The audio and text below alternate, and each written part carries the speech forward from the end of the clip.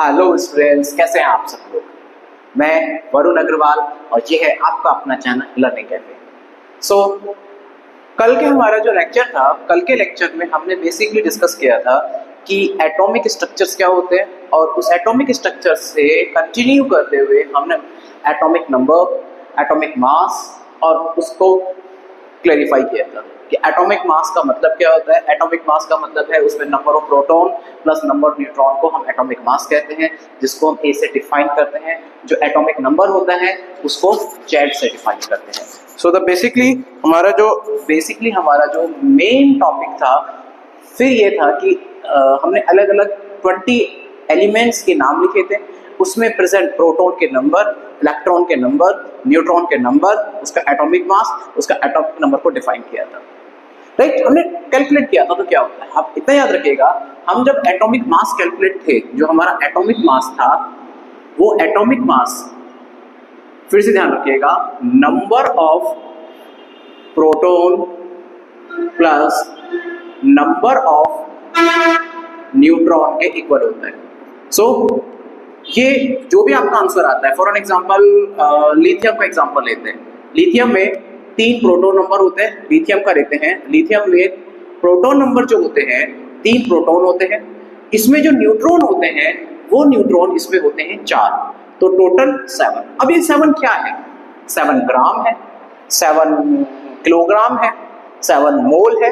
क्या है ये 7? तो 7 अगर आप सिर्फ एक एटम के बारे में डिस्कस करो, सिर्फ एक एटम के बारे में, तो हम लिखेंगे लिथियम का जो मास है वो है 7 एटॉमिक मास यूनिट। ये है लिथियम का।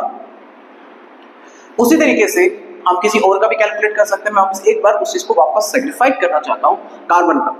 कार्बन का जो हमारा प्रोटॉन नंबर है वो है 6, इसमें जो न्यूट्रॉन नंबर है वो है 6, तो टोटल हो गया 12 AMU। ओके, तो आपका हम इसको इस तरह से रिप्रेजेंट कर सकते हैं 3Li4। मैंने बताया भी था, ये Li उस एलिमेंट के नेम को, 3 उसके एटॉमिक नंबर को, और 4 उसके एटॉमिक सेवन उसके एटॉमिक मास को रिप्रेजेंट करता है। उसी तरीके से ये कार्बन, तो ये 6 आपका कार्बन का, ये 6 और ये 12, 6 एटॉमिक नंबर को और 12 एटॉमिक मास को रिप्रेजेंट करता है। So there are the ways जिसके थ्रू आप एक सिंगल एटम का मास कैलकुलेट कर सकते हो। हम आपके छोटी मोटी जो क्वेरीज आती है कि एटॉमिक मास यूनिट क्या है, ग्राम क्या है, वो सबको क्लैरिफाई करेंगे। तो हमने कुछ बेसिक एटम के बारे में यहाँ पे डिस्कस किया, और भी आप ट्राई कर सकते हो। जैसे सोडियम का लेके चलते हैं। ज्यादातर क्या होता है कि बच्चों को बताया जाता है कि हम प्रोटॉन का अगर डबल कर दें तो हमें उसका एटॉमिक मास मिल जाता है। क्यों? क्योंकि ये उस केस में होता है अगर आपके प्रोटॉन के नंबर x है और न्यूट्रॉन के नंबर भी x है, तो मास कितना होगा? 2x। वो उस केस में जब प्रोटॉन के नंबर और न्यूट्रॉन के नंबर सेम हो। बट हर केस में ऐसा नहीं था। मैं उसी चीज को पॉइंट आउट करना चाहता हूं। जैसे यहाँ पर अलग है, यहाँ पर सेम है। अब जैसे सोडियम है, सोडियम के ज्यादातर बच्चों का एटॉमिक नंबर होता है 11। ठीक है, एटॉमिक नंबर होता है 11, तो इसमें मतलब नंबर ऑफ प्रोटॉन इसमें 11 होते हैं plus number of neutron. Okay, अब ज्यादातर अगर आप किसी से पूछेगा सोडियम का एटॉमिक मास कितना होता है, इमीडिएट बोलेंगे 22। लेकिन ये रॉन्ग है। एक्चुअल में नंबर ऑफ न्यूट्रॉन इसमें होते हैं, नंबर ऑफ न्यूट्रॉन इसमें होते हैं 12। तो इसलिए आपका जो एटॉमिक मास हो जाता है इसका 23। इस एटॉमिक मास को हम U से भी डिफाइन कर सकते हैं, इसको आप U से भी डिफाइन कर सकते हैं। ओके, इसे यूनिफाइड मास कहते हैं। मतलब यूनिफाइड का मतलब होता है कि पूरे सेंटर का मास एक ही जगह कॉन्सेंट्रेट था, और हमने उसको, वो कितना था? 23 था सोडियम के लिए, कार्बन के लिए 12 और लिथियम के लिए 7 था।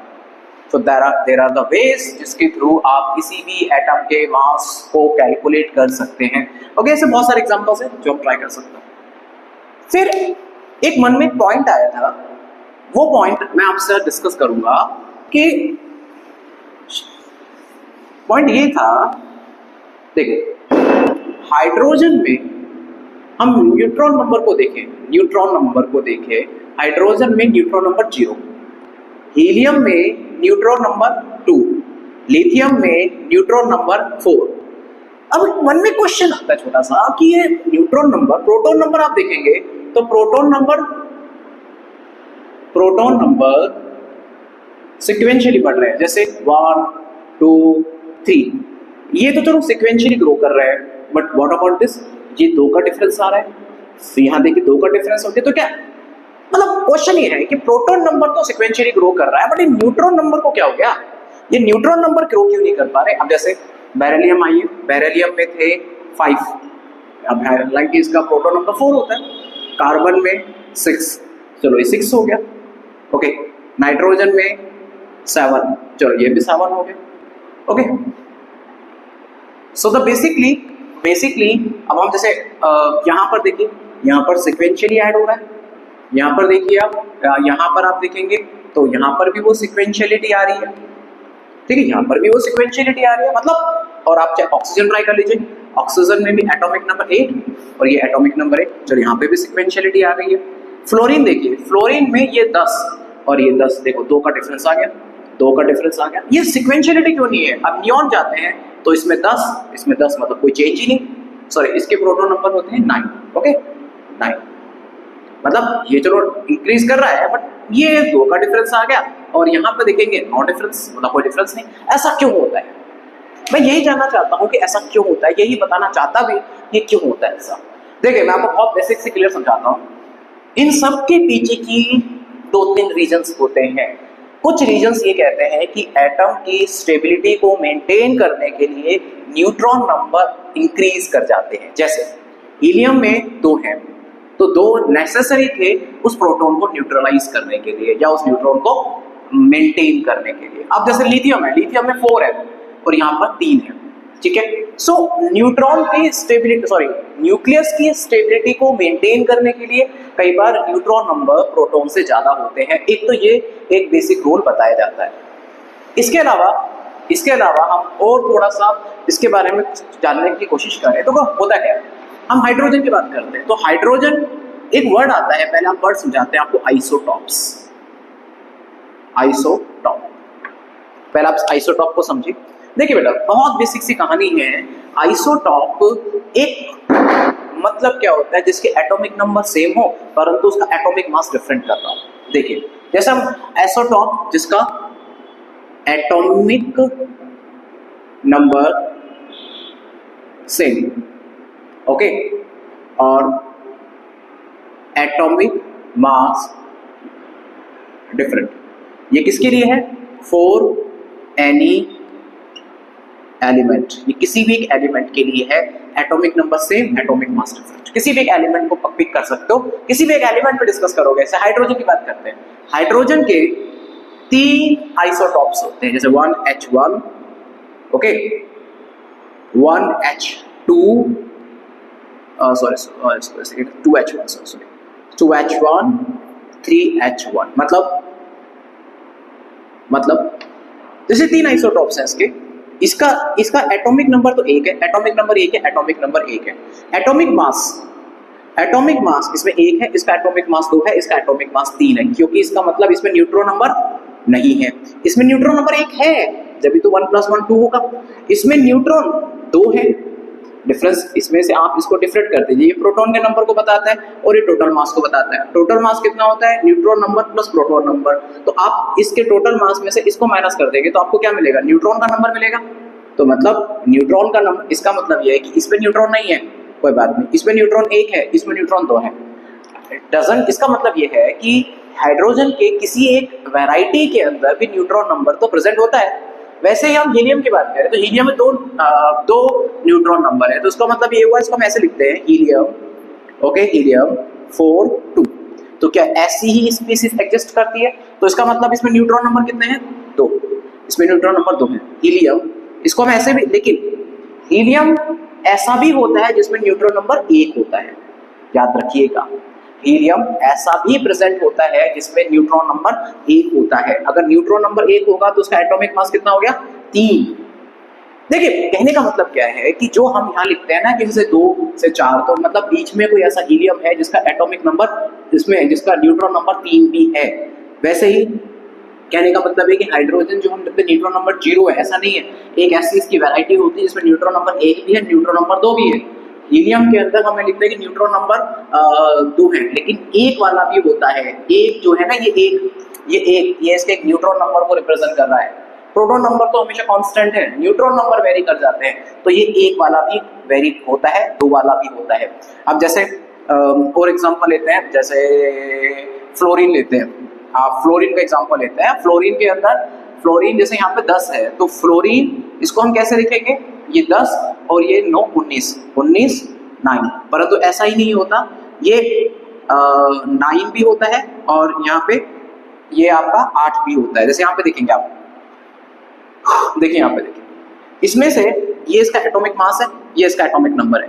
ओके, इसमें न्यूट्रॉन नंबर कितने हैं, 10, राइट। इसमें अब एक फ्लोरीन है जिसका एटॉमिक, जिसका प्रोटॉन नंबर तो फिक्स है, 9 है, लेकिन एक ऐसा भी होगा, ऐसा भी फ्लोरीन होगा जिसमें न्यूट्रॉन नंबर 9 है। तो इसका मतलब ये हुआ न्यूट्रॉन नंबर 9 है, तो 9 और 9 18।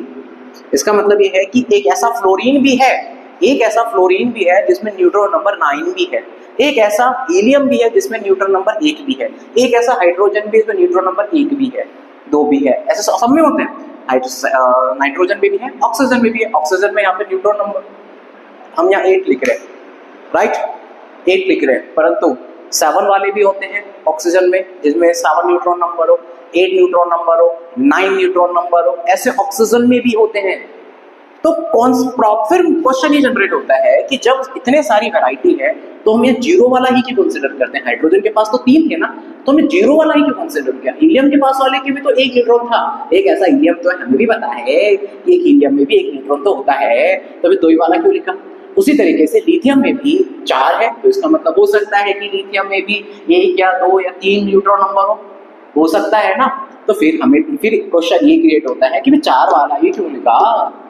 देखिए, उस सब का रीजन ये है, जैसे हमने यहाँ पर 0 वाला लिखते हैं, इसका मतलब ये 0 वाला है जिसमें न्यूट्रॉन नंबर नहीं है। ये हीलियम है जिसमें न्यूट्रॉन नंबर 2 है। यहाँ पे फ्लोरीन है जिसमें न्यूट्रॉन नंबर, फ्लोरीन में न्यूट्रॉन नंबर 10। एग्जैक्टली क्या होता है कि इनके पाए जाने की पॉसिबिलिटी इस अर्थ पर सबसे हाईएस्ट होती है, दैट्स व्हाई इसका हम न्यूट्रॉन नंबर को स्पेसिफाई करते हैं। फिर समझिए, हाइड्रोजन में ये 1H1 की पाए जाने की पॉसिबिलिटी इससे और इससे कहीं ज्यादा होती है, इसलिए हाइड्रोजन पे हम इस तरीके से डिफाइन करते हैं। Same on the side of helium में न्यूट्रॉन के 2 पाए जाने की पॉसिबिलिटी और सभी हीलियम की वैरायटी से ज्यादा होती है, इसलिए हम 2 वाला ही मेंशन करते हैं। सब में ही जितने भी न्यूट्रॉन नंबर लिखे हुए हैं सबके कहीं ना कहीं आइसोटॉप्स होते हैं, और हम उसी एलिमेंट के न्यूट्रॉन नंबर को लिखते हैं जिस आइसोटॉप के पाए जाने की पॉसिबिलिटी बहुत ज्यादा होती है। ये हम डिस्कस करेंगे, एक बार हम एटॉमिक मास कैलकुलेट करेंगे, एवरेज एटॉमिक मास कैलकुलेट करेंगे, फिर हम उसके आइसोटॉप्स का इंपॉर्टेंट भी डिस्कस करेंगे।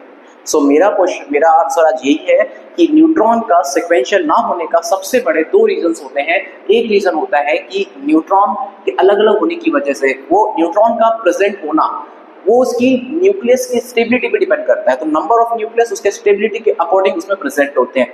दूसरा, उन सब के आइसोटॉप से, हर एक एलिमेंट का आइसोटॉप्स होते हैं जिसमें न्यूट्रॉन नंबर वेरी करते हैं, और हम उस एलिमेंट को पिक करते हैं, उस आइसोटॉप की उस वैरायटी को पिक करते हैं जिसके पाए जाने की पॉसिबिलिटी इस अर्थ पे सबसे ज्यादा होती है। सो ये बहुत बेसिक सा कॉन्सेप्ट मैंने क्लियर किया आज आपके सामने। तो इस बेसिक से कॉन्सेप्ट के बाद में आई थिंक सो, मेरे ख्याल से मैंने अपनी जितना कोशिश हो सकता था मैंने इस कॉन्सेप्ट को क्लियर किया। ओके, अब हम आगे बढ़ते हैं। हमारा अगला सीक्वेंस है, अगला टॉपिक है गैस लॉज। अगला टॉपिक हमारा टॉपिक है लॉज फॉलोज बाय फिजिकल और केमिकल रिएक्शन। मतलब कौन से लॉज होते हैं जो फिजिकल और केमिकल रिएक्शन से कौन से लॉज होते हैं जो फॉलो करते हैं। हमें कुछ लॉज समझने हैं। ओके, कुछ लॉज आप पढ़ भी चुके हैं पहले 9th क्लास में। Law of conservation of mass, b law of definite proportions, law of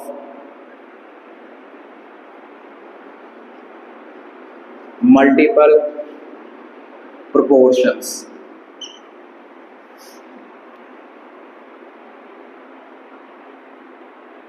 Gay-Lussac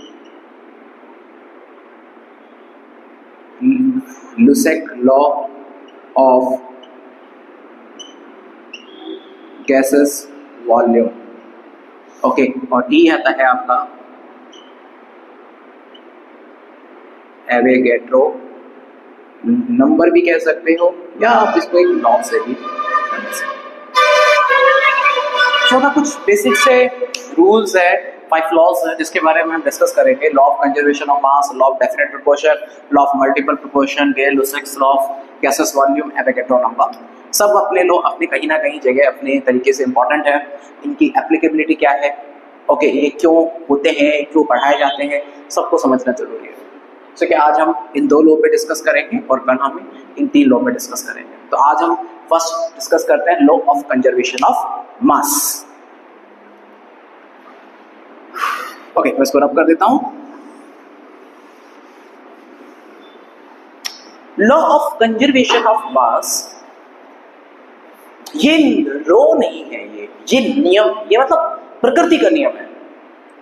और इसको देने वाले साइंटिस्ट में स्वयं श्री कृष्ण थे, भगवान थे। श्री कृष्ण ने भी अपनी गीता में कहा है, तुम ना कोई इस दुनिया को बना सकता है ना बिगाड़ सकते हो, इसको बनाने वाला भी मैं हूं और खत्म करने वाला भी मैं हूं, सब कुछ मुझसे ही होता है।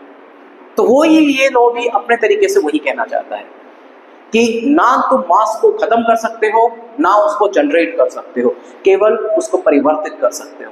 And neither mass can be created nor be destroyed, only can change from one form to the another form। तो किसी भी तरीके से समझ लो, इस दुनिया में जो बन चुका है, जैसे कि यहाँ पर ऑक्सीजन बन चुकी है, नाइट्रोजन बन चुकी है, तुम उसको खत्म नहीं कर सकते। हाँ, उसको रिएक्शन करा के नाइट्रोजन को तुम नाइट्रोजन ऑक्साइड बना सकते हो, उसको खत्म नहीं कर सकते। जो इस दुनिया में मास बना हुआ है वो प्रकृति ने बना दिया है, हम बस उसका यूज कर सकते हैं और दूसरे फॉर्म में कन्वर्ट कर सकते हैं। जो प्रकृति से हम लेते हैं, जाते वक्त जब हमारा जन्म होता है तो हम प्रकृति से कुछ लेते हैं, रेंट पे लेते हैं, और जाते वक्त प्रकृति उससे हमारा कोई रेंट नहीं लेती, प्रकृति बस इतना ही चाहती है कि हमारा ध्यान रखिए बस, और जाते वक्त हम उन सब चीजों को वापस करके जाते हैं। तो ये एक नियम है जिसको लॉ ऑफ कंजर्वेशन ऑफ मास के थ्रू एक केमिस्ट्री के पॉइंट ऑफ व्यू से एंटोनी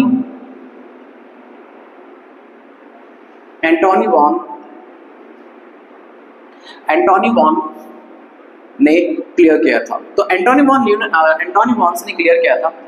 ये नियम, ये लॉ बेसिकली क्या डिस्कस करता है, एंटोनी वॉन के अकॉर्डिंग आपके रिएक्टेंट और उसके प्रोडक्ट का मास हमेशा इक्वल रहता है।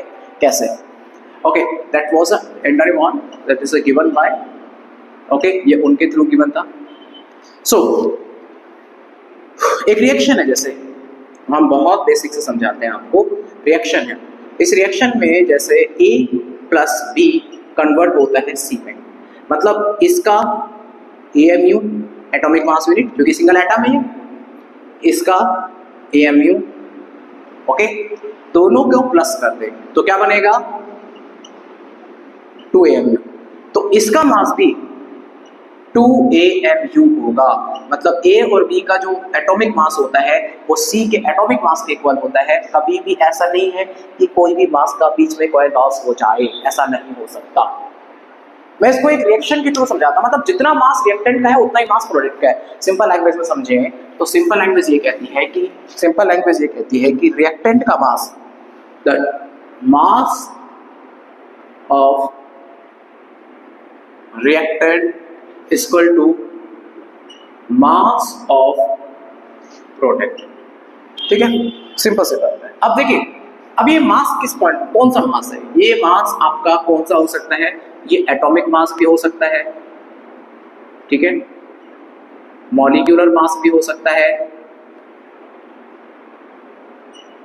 और एक कंपाउंड का मास भी पॉसिबल है। ओके, सो ये सब मास पॉसिबल है आपके सामने। सो हालांकि इसके माउस हम कैलकुलेट करेंगे। जैसे मैं एक रिएक्शन लिखता हूँ, उस रिएक्शन को समझने उस रिएक्शन के थ्रू आपको एक्सप्लेन करता हूँ। जैसे एग्जाम्पल, एक एग्जाम्पल लेके चलते हैं। N2 प्लस 3S2 से अमोनिया बनता है। अमोनिया किस मोड में होता है? गैस मोड में। हाइड्रोजन किस मोड में होता है? गैस मोड में। नाइट्रोजन किस मोड में होता है? गैस मोड में। अगर आप इनका मॉलिक्यूलर वेट कैलकुलेट करो, मॉलिक्यूलर मास इसको हम कहते हैं, मॉलिक्यूलर मास कैलकुलेट करिए इनका मॉलिक्यूलर मास कैलकुलेट करें। हालांकि हो सकता है ये मॉलिक्यूलर मास वैसे तो एक बेसिक सा कॉन्सेप्ट है, आना चाहिए, फिर भी नहीं आता, कोई बात नहीं। देखिए ये N2 है, एक सिंगल नाइट्रोजन का एटॉमिक मास क्या था?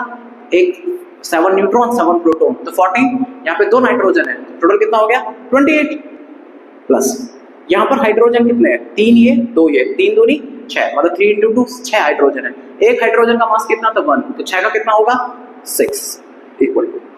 अब यहाँ पे देखिए ये दोनों सबसे मल्टीप्लाई, इस पूरे से मल्टीप्लाई है। एक नाइट्रोजन का एटॉमिक मास कितना है? 14, हाइड्रोजन का कितना है? 3, इन दोनों को मल्टीप्लाई किया 2 से, टोटल कितना हो गया? 2 × 17, ये हो गया 34।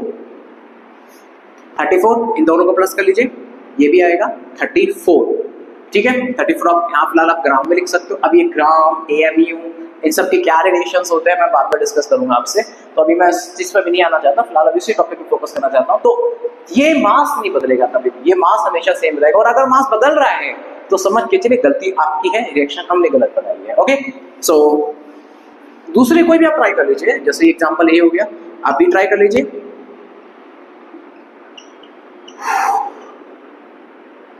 हाइड्रोजन गैस है, ऑक्सीजन भी गैस है, और ये भी गैस है।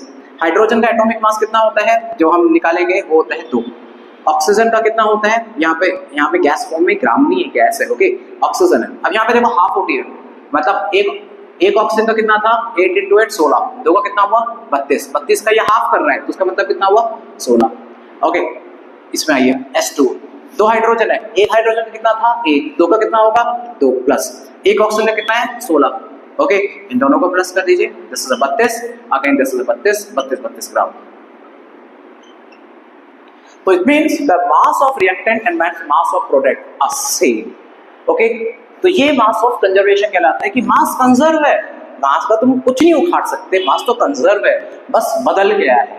यहाँ पर वो हाइड्रोजन और ऑक्सीजन के फॉर्म में था, यहाँ पर वो इसको आप लिक्विड फॉर्म में ले लेते हो, यहाँ पे वो वाटर के फॉर्म में बदल गया बस, लेकिन तुम ना हाइड्रोजन बना पाए ना ऑक्सीजन बना पाए, बस उसको बदल के एक नए मास में कन्वर्ट कर दिया, लेकिन मास तो जब भी वही रहेगा, ठीक है। सो ये था आपका मास ऑफ कंजर्वेशन। अब law of mass of conservation के बाद में हमारा जो अगला टॉपिक है वो है law of definite proportions. Law of definite proportion, okay, law of definite proportion, मैं इसको रब कर रहा हूँ। अगर बेटर है ऑनलाइन स्टडी करने का सबसे बेहतरीन रीजन ये होता है कि आप घर बैठ के अपनी स्टडी कर सकते हो, लेकिन इसके लिए आपको बहुत डिसिप्लिन और बहुत सही तरीके से वर्क करते हैं, देन उस केस में ऑनलाइन एजुकेशन सिस्टम आपके लिए बेहतरीन है। ओके, दूसरा law of definite proportions. Okay, law of definite proportion क्या कहता है? लॉ ऑफ डेफिनेट प्रोपोर्शन ये कहता है इन अ गिवन कंपाउंड, मतलब किसी भी कंपाउंड में हम कोई भी कंपाउंड की लेके बात करें तो ओके, मतलब जो किसी भी कंपाउंड, हम चाहे वो कंपाउंड कहीं से भी आया हो, S2 है, जैसे कि आपका वो S2 तुम चाहे इंडिया से लो, दुबई से लो, स्विट्जरलैंड से लो, वो S2 वो कंपाउंड सेम है, कंपाउंड नहीं बदलेगा। In a given compound that ratio of wait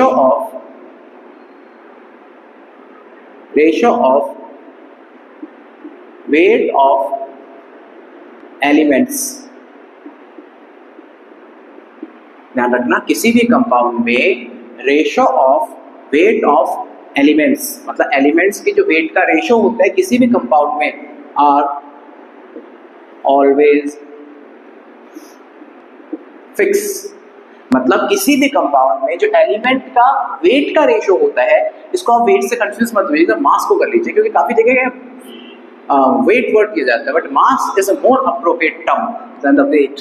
तो किसी भी कंपाउंड में जो एलिमेंट का मास का रेशो होता है हमेशा फिक्स होता है और या ऑलवेज कांस्टेंट, ये नहीं बदलने वाला भाइयों, है ना, नहीं बदलने वाला। एग्जांपल देते हैं हम आपको, जैसे बहुत बेसिक से एग्जांपल देते हैं, जैसे H2 plus half O2 equal to H2O।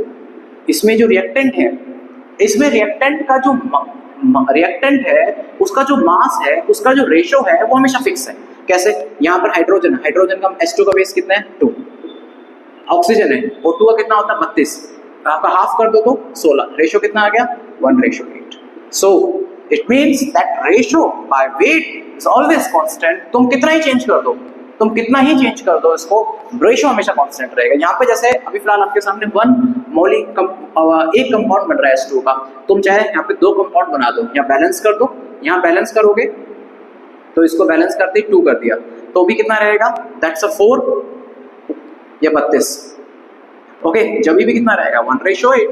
Ratio नहीं बदलेगा भाइयों और बहनों, रेशो नहीं बदलेगा। Ratio by weight is always and always constant, लेकिन डेफिनेट प्रोपोर्शन, इनका जो प्रोपोर्शंस है ना, जो प्रोपोर्शन है ये कांस्टेंट है। इसका मतलब ये कह सकते हो कि that 1 part of hydrogen react with the 8 part of the hydrogen, sorry 8 part of the oxygen by weight. आप और तरीके से ट्राई कर सकते हो, और भी देख लो, चाहे हम जो बेसिक हमारी रिएक्शन है, जैसे हमने जो रिएक्शन पहले लिखी थी हम उसी रिएक्शन को ट्राई कर रहे हैं। जैसे यहाँ नाइट्रोजन का वेट कितना है, नाइट्रोजन का वेट हो गया 14, राइट, 14 एक का होता है, N2 2 28। ओके, इसका रेशो निकालते हैं 3 6, ओके 2 से कट कर दीजिए। ये रेशो हमेशा सेम रहेगा, तुम चाहे कहीं भी कुछ भी कर लो, ये रेशो नहीं बदलेगा, रेशो इज ऑलवेज कांस्टेंट। तो हम चाहो तो परसेंटेज में भी निकाल सकते हो, जब भी रेशो सेम आना है परसेंटेज में भी निकालोगे, जब भी कैसे रहेगा। फॉर एन एग्जांपल, इसका हाइड्रोजन या हाइड्रोजन का जैसे एग्जांपल यहाँ पर हाइड्रोजन, जैसे आप हाइड्रोजन कैसे निकालोगे, जैसे पहले यहाँ पे जैसे सिंपल मैं इसको सिंप्लीफाइड करके समझाता हूँ। वो देखिए यहाँ हाइड्रोजन 2 है, ठीक है, यहाँ हाइड्रोजन 2 है, 2 वेट है ना, टोटल इसका H2 का वेट कितना होता है 18 × 100। ओके, इसका कितना है 16, टोटल इसका 16 है ना, अपॉन 18 × 100, ठीक है। तो ये हो गया 200/18, ये हो गया 1600/18, तो 200/18 और ये आपका आएगा समथिंग 11 पॉइंट समथिंग, ये कुछ आएगा आपका 11.11% के आसपास आएगा, और ये 88.8% के आसपास आएगा। तो जो रेशो हुआ 11.1 18.8.1, तो रेशो भी निकालोगे जब भी 1:8 ही आएगा, रेशो नहीं बदलेगा भाइयों। चाहे परसेंटेज के पॉइंट ऑफ व्यू निकालो, चाहे वैसे निकालो डायरेक्टली, वो रेशो नहीं बदलेगा, रेशो हमेशा कांस्टेंट रहेगा। तो ये बहुत बेसिक से लो है जो आप 9th में भी पढ़ चुके हैं। अब कुछ ऐसे लॉज हैं जो आपने पहले नहीं पढ़े हैं, उनके बारे में हम कल डिस्कस करेंगे। सो ये आज का लेक्चर था मेरा। Okay, so thank you so much for watching and खुश रहिए, मुस्कुराते रहिए और हिम्मत वाले बनिए, बोल्ड बनिए, क्योंकि साइंस पढ़ना अच्छों के हर किसी के बस की बात नहीं है। ये शेरों वाला काम है, ये मेहनती वालों का काम है। तो साइंस पढ़ने के लिए आपको अंदर से बोल्ड, एडवेंचरस और हिम्मत के साथ पढ़ना पड़ेगा। Thank you so much.